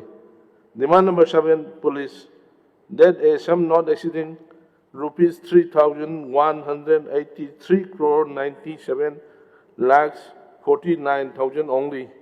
be granted to defray the charges which will come in the course of payment during the financial year ending 31st March 2027 in respect of demand number 7, police. Demand is passed of the House Niyabirabra. House Niyabirabra demand number 7, police is passed away. Demand number 8, Public Work Department. There is sum not exceeding rupees 884 crore 51 lakhs 28,000 only be granted to defray the charges which will come in the course of payment during the financial year ending 31st March 2027 in respect of demand number 8, Public Works Department. Demand is passed over the House Niyabirabra. House Niyabirabra demand number 8, Public Works Department is passed over. Demand number 21, textiles, commerce and industries. There is sum not exceeding rupees 85 crore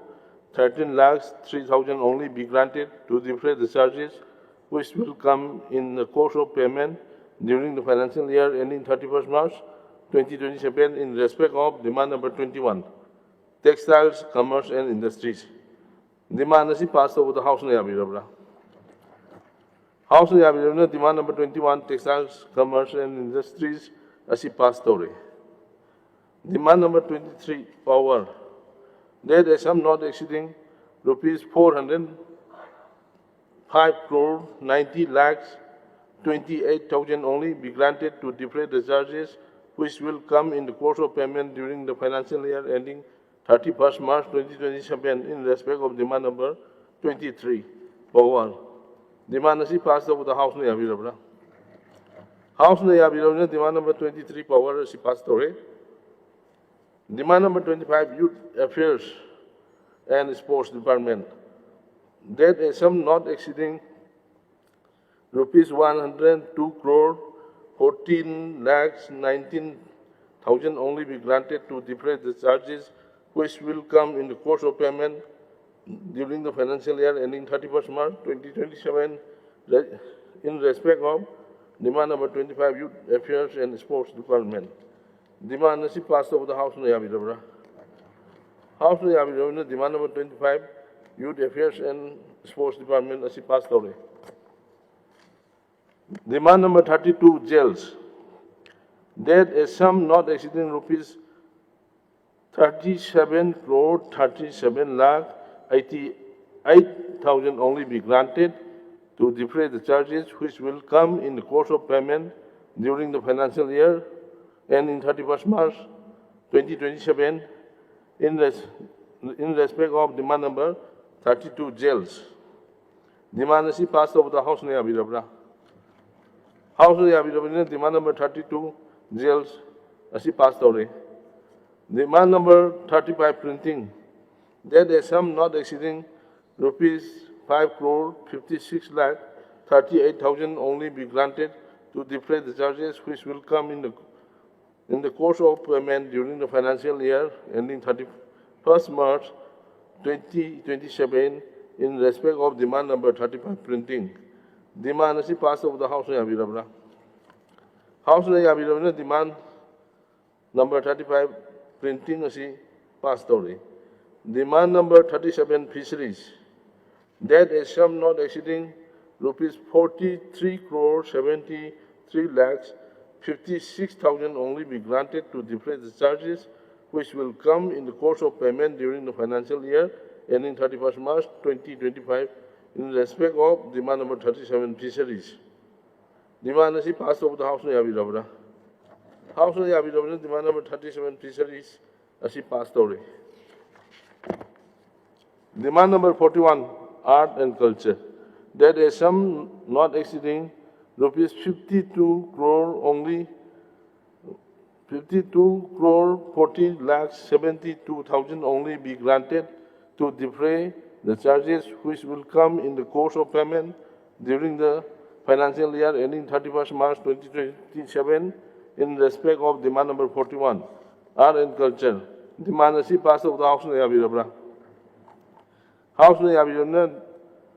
demand number 41, art and culture, as passed away. Demand number 49, economics and statistics,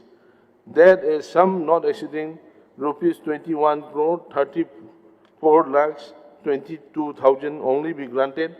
to defray the charges which will come in the course of payment during the financial year ending 31st March 2027 in respect of demand number 49, economics and statistics. Demand is passed of the House na Yabirabra. House na Yabirabra demand number 49, economics and statistics is as passed away. Agenda number 3, consideration and passing of Manipur Appropriation Bill. Honorable Chief Minister in charge of Finance, the Manipur Appropriation number 1 Bill 2026 as consideration ki damak move to bigani. Sir, I beg to move that the Manipur Appropriation number 1 Bill 2026 be taken into consideration. Honorable Chief Minister in charge of Finance, clarification to begin. Sorry.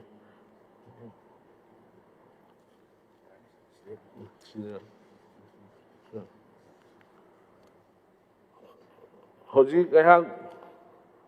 bill asi pass to na naman lokot charge.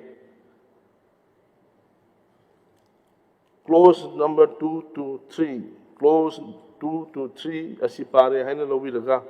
bill asi ki passing oin logo the House na Yabirabra. House na Yabirabra ni na clause number 2 to 3 asi bill asi ki passing oin schedule asi pare hai na lobby laga bill asi ki part ama oin logo the House na Yabirabra. House na Yabirabra ni schedule asi bill asi ki part ama oin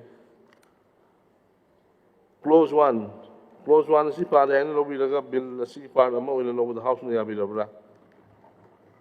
House na Yabirabra ni na clause 1 asi bill asi ki part ama oin enacting formula asi pare hai na lobby laga bill asi ki part ama oin logo the House na Yabirabra. House na Yabirabra ni na enacting formula asi bill asi ki part ama oin long title asi pare hai na lobby laga bill asi ki part ama oin logo the House na Yabirabra. House na Yabirabra ni na long title asi bill asi ki part ama oin title the Manipur Appropriation number 1 Bill 2026 hariba asi bill asi ki part ama oin logo the House na Yabirabra. House na Yabirabra ni na title asi bill asi ki part ama oin. Now, Honorable Chief Minister in charge of Finance will please move for passing the bill. Honorable Speaker, sir, I beg to move that the Manipur Appropriation number 1 Bill 2026 be passed. Bill asi passed over the House na Yabirabra. House na Yabirabra ni na the Manipur Appropriation number 1 Bill 2026 Bill number 1 of 2026 as he passed away. Agenda number 4, election of 3 financial committees. Honorable Chief Minister na election of the 3 financial committee may leno motion look to be gani. Sir, I beg to move the motion that the pursuance of rule number 233/1 of the rules of the procedure and conduct of business in the Manipur Legislative Assembly, the House to produce to elect 7 members to the following committees on March 16, 2026. Committee on Public Account, number 2. Committee on Estimates, number 3. Committee on Public Undertaking. Thank you, sir. Motion na si adopt to the House na yabi rabra. House na yabi rabni na motion na si adopt to re. Ngasi gidi makata ba agenda na itra na House na si hayang yung kipung trama to ipaboy social.